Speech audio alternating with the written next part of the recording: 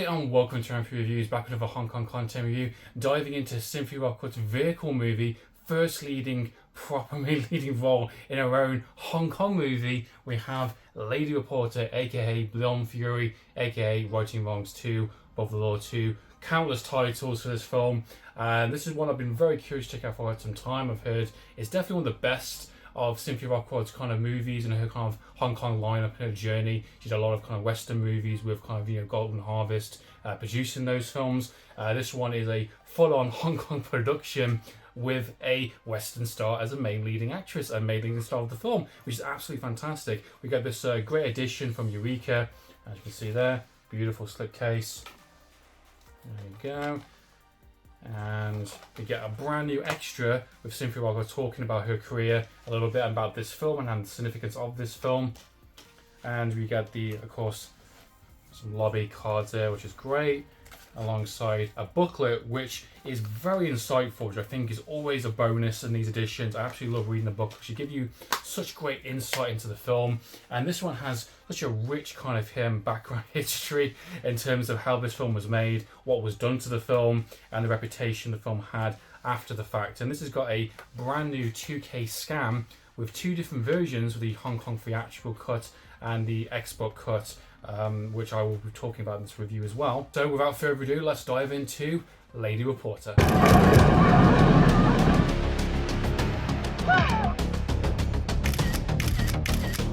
I can't think of anyone who'd be more suitable for the job.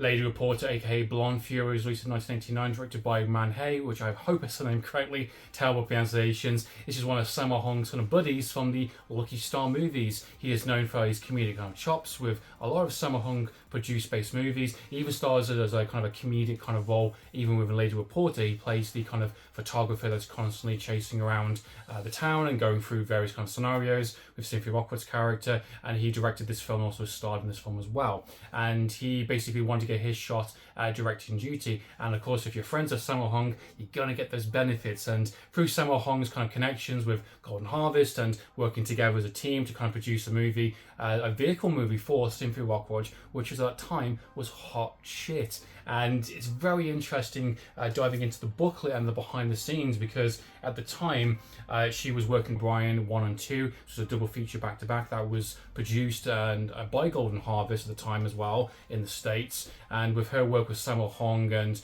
her kind of connections with the Hong Kong market being so massive and big at that time, she had rumors that she was going to do a collaboration role with Sylvester Stallone, which I do believe there is a kind of a poster cardboard cutout or something. We've actually in Lady Reporter one of the rooms, which I do think is a little bit of a nod to that. They basically said, hey, we want this film to be massive, we want this film to be big. She really is the kind of like the big talking point right now, big coming star, and it's quite a big deal for a Westerner to have such a big influence over kind of a Hong Kong market. Of course, we all know Cynthia Rothrock from her breakout kind of early beginnings with Yes Madam with Michelle Yeoh, which I have reviewed on the channel. Fantastic kind of debut, role in a sense, playing a police officer from Scotland Yard. Don't believe that, but she's really kick-ass in this film. Small role within Midlands Express with Sammo Hung, but massive kind of collaboration movie. Played a bit of a bad guy in that, but she has a really great role, really great fight scene with Sammo Hung, so that's 2 for 2 already. And then she does the phenomenal Righting Wrongs. One of the things I find really fascinating about the production and behind the scenes of the film was that they originally did a first draft or first cut of the movie, and initially did back in 1989. They went back and basically added more fight scenes, added more comedy, retooled the kind of the structure of the plot a bit to add more for Cynthia Rothrock. Funny enough though, a lot of the reshoots that were done within this film was done by the Yes Madam director, Curry Yoon, which is absolutely fantastic because he did all the stunt choreographed kind of fight scenes, which are definitely the highlight of the film for sure. And I think the bamboo kind of scaffold kind of fight sequence, that was definitely added in. I think the initial end fight sequence with the whole kind of weird net and her jumping off in the big cage kind of fights sequence with the two Westerner fighters, that definitely felt like a brand new sequence. And obviously the funny thing that everyone mentions is that she has different hairstyles throughout the entire film, because obviously she's coming back to do reshoots and different time, different place. place, and her hair keeps on changing and altering as the film goes along. Not to mention the most 80s fucking costumes and designs of her shirts and jumpers that I've ever seen. My god, you know, such bright yellows and, you know, greens and that kind of stuff, and blues. It's just a really... It's definitely the 80s for sure. What was actually left behind the original director and Kyo Yoon's directing's kind of duty roles in this, because the director unfortunately didn't do any more movies really. He did one more movie I think a couple of years later down the line, but this was his first big major directorial debut, and then never did any more movies after. I don't think directing was his kind of forte, and I can sort of see that because the rhythm of the film, the pacing of the film, the tone is a little bit kind of off. There's something about it that doesn't feel quite right, and it kind of meanders a lot too much in places. You know, it does have some pretty fun comedy, it has some great action moments, the storyline is a bit typical, it's fine, but they introduce stuff so late into the film, and that makes sense being kind of a Frankenstein kind of reworked kind of movie. The fact that they're kind of introducing major plot points within the last 15 minutes of the film is pretty crazy to me. This is a 90-minute film, and they're introducing such late ideas into the film and having comedy towards the end as well. And you know, again, it's taking its time, it's taking the piss a little bit. But granted, you do get the moments, you do get that good stuff that you want to see, what you came for, what you paid the decent box for in the sense of the film. I just wish the rest of the film was a bit more focused, a bit more structured, a bit more kind of, you know, make up its mind what kind of story it wants to do, because as you can tell from my comments, I think the film it's an enjoyable one-off. I don't think it's anything particularly special. I think the initial fight scenes with Cynthia Rothrock and all the supporting cast around her is absolutely brilliant, and they definitely are the highlights for sure. Definitely worth watching. The grand finale is brilliant. The initial opening sequences, which are Billy Chong, kind of a sub-villain, is great. Some of the unique kind of camera angles and cinematography, the way that was used, was quite fun. Definitely, they filmed her very differently compared to a traditional Hong Kong star, which I definitely know. But this one, she's definitely a lot more fun, a bit more loose. They kind of test her comedy chops this time around, give her more kind of comedic moments throughout the film, and her expressions and her kind of giddiness is actually pretty fun. I think she does a really good job of her kind of first main proper leading role, where it's a shame that the film itself doesn't do her any kind of favours overall, apart from the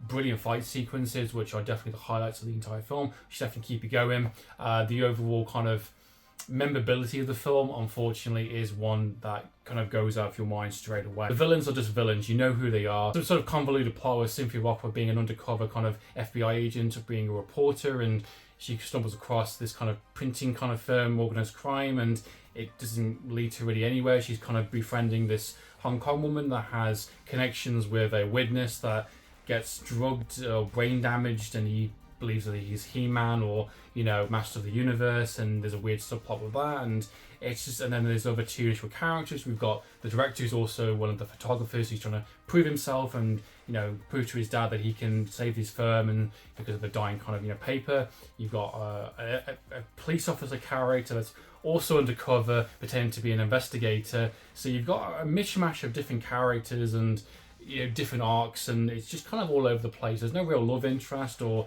if there is one, it's not a terrible movie by any means. It definitely has a lot of fun towards it. I think it's quite enjoyable up to a certain point. One of the things I wanted to point out as well on the actual Blu-ray edition, you do get two cuts of the film, the Hong Kong version and the export cut, which is a brand new 2K scans. Now, funny enough though, the actual running time for both of these versions are exactly the same. The only difference is how the fight scenes are actually edited, you know, in terms of the Hong Kong version being a bit more quicker, a bit faster, as that kind of, you know, great energy, that kind of thing, like really smack kind of, you know, hard-hitting kind of sound effects, Foley sound effects, which is great. Apparently the export version, from what I did see, is much more slower. It has longer takes. It kind of isn't as quick, fast nature compared to what the Hong Kong version is, which I think is really fascinating. You get two different versions of that. I personally prefer the Hong Kong version. I think that's a much more kind of faster, kind of in your face kind of, you know, attitude. The 2K scan is absolutely brilliant. I don't know about the VHS quality, don't know about any DVD quality, but my god, this is a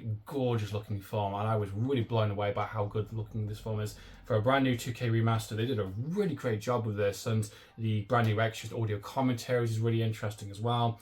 Booklet is always a delight for me in terms of reading that and getting behind the scene nature and what was happening. Overall, Lady Reporter, aka Blonde Fury, is a fun, passable one-off kind of thing. It's nothing great. It's nothing you have to buy right now and own in your collection. I'd say definitely watch it with a bunch of friends. Definitely watch it alongside maybe Righting Wrongs or Yes Madam or some of the other kind of Cynthia Rothrock movies out there. I definitely think it's great for her in terms of her kind of performance, in terms of her action. They definitely put her in different kind of scenarios that I haven't seen her up to this point in.